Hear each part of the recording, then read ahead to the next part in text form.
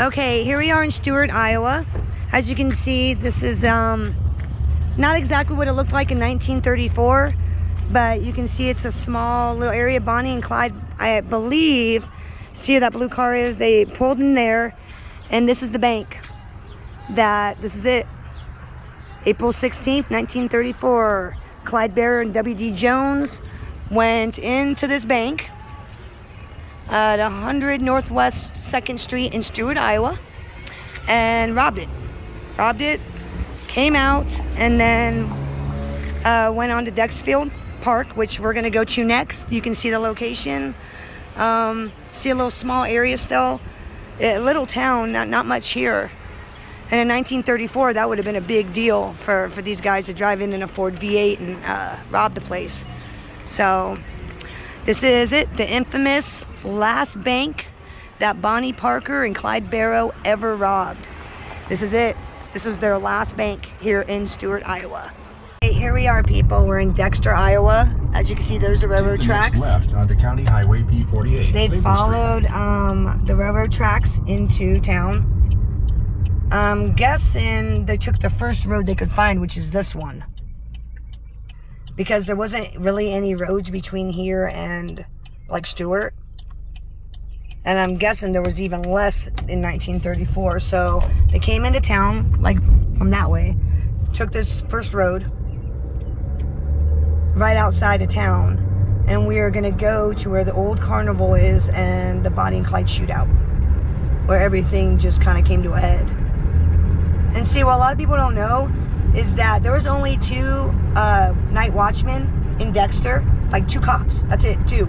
So they called the Des Moines police, and it took the Des Moines police like an hour to get up here. So you got the 2 Dexter cops, you got the Des Moines police that came out, and then you had like 100 of the townspeople watching, all like surrounding this one little area we're about to go to and see. And you can get a grasp of how little the area was. Like, witnesses said that bullets were flying over their heads as they're watching the events unfold. You know, they had no idea it was Bonnie and Clyde. They thought it was bootleggers, maybe some hobos hanging out at the carnival.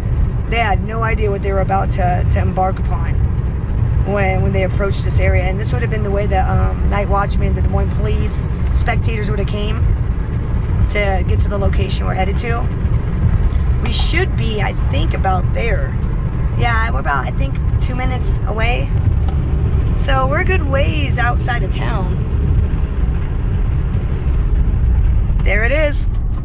Oh, shit. And, alright, here we are. This is it. This would have been the old carnival site. And here we are. This is it. This is where Bonnie and Clyde, J.W. Jones, Buck Barrow and his wife Blanche decided to take on the Dexter and Des Moines police right here. As you can see, it's all forest. You can't really see. And as witnesses spoke, they said bullets were going over the road, like so over there, across the street, over the road, like over their heads. And this is where it all happened. They robbed their last bank, drove out of town, ended up here.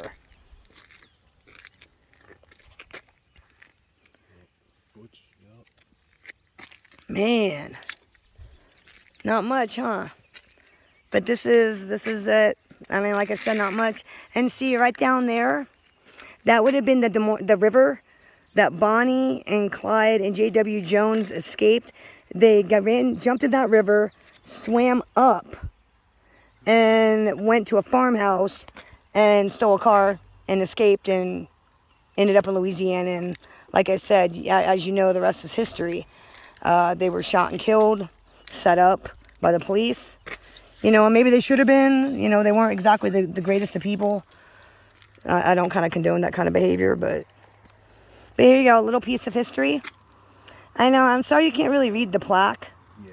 It's dark and it's kind of a crappy day out. So, but this is it. They hid out all like in this forest area.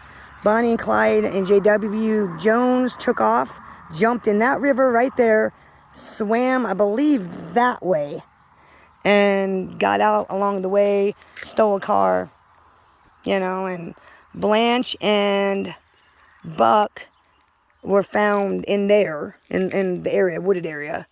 And I believe they would have been brought up this way to the road, the only like road around in this town. So this is it. Welcome to Dexfield Park, the site of the Bonnie and Clyde Barrow Gang robbery and shootout with the Iowa police. And Bonnie did get shot in that shootout. And I think Clyde also was shot as well. Not mortally like Buck or anything, but they took a definite beating here in Iowa.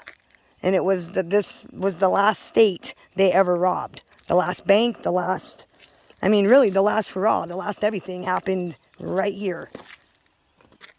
There's not much that happened. Okay, so we're gonna, here's like I said, the shootout location. Clyde would take this route into Dexter, into town, and we're gonna take that route right now. We're gonna go to the drugstore that he went to try to buy morphine and medical supplies. And the pharmacist was actually kind of like, yeah, I'm kind of, you know, this ain't cool. And I guess notified, you know, the night watchman, and it kind of like word spread pretty quick, which is typical in Iowa. I mean, word spreads fast in these small little towns. You got no privacy. Everybody knows everything, you know. And then you got a guy coming in asking for morphine, getting gauze and bandages during the height of the bootlegging and bank robbery era. You know, it's going to raise suspicion. I guess maybe he should have sent Blanche in to go buy them. Well, no, her eyes are all messed up. She couldn't have. I don't know. It's kind of a tough situation to be in. I don't really understand how Buck Barrow made it that long. He got shot in the head. His brain was exposed. And forgive me for being graphic, but his brain was exposed.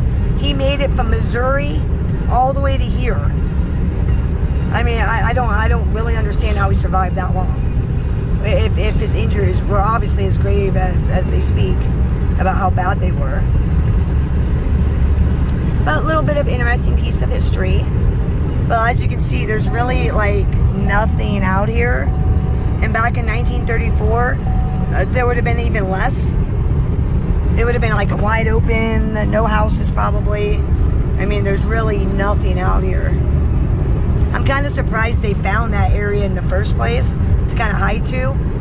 That's why I think after they robbed the bank in Stewart, they took the first road they could find once they got out of town, which would have been this one that we're on right now, and just kind of got lucky, ended up at the old carnival site, which I suppose would be probably perfect if you want to hide out, but in their case it wasn't very perfect at all because they got found out pretty quick. I don't know what time of day the shootout actually happened, but I do know that people started to gather, I guess, really late that night, that same, like the night before, I'm guessing, because I think the incident happened, I want to say, in the early mornings. But from all reports that I've heard from like survivors and stuff, from when I was younger, the night watchman was alerted around 11 or 12 or something. And then slowly everybody started to gather, and then word spread, and then boom, like a wildfire. I'm actually kind of surprised Bonnie and Clyde and J.W. Jones escaped.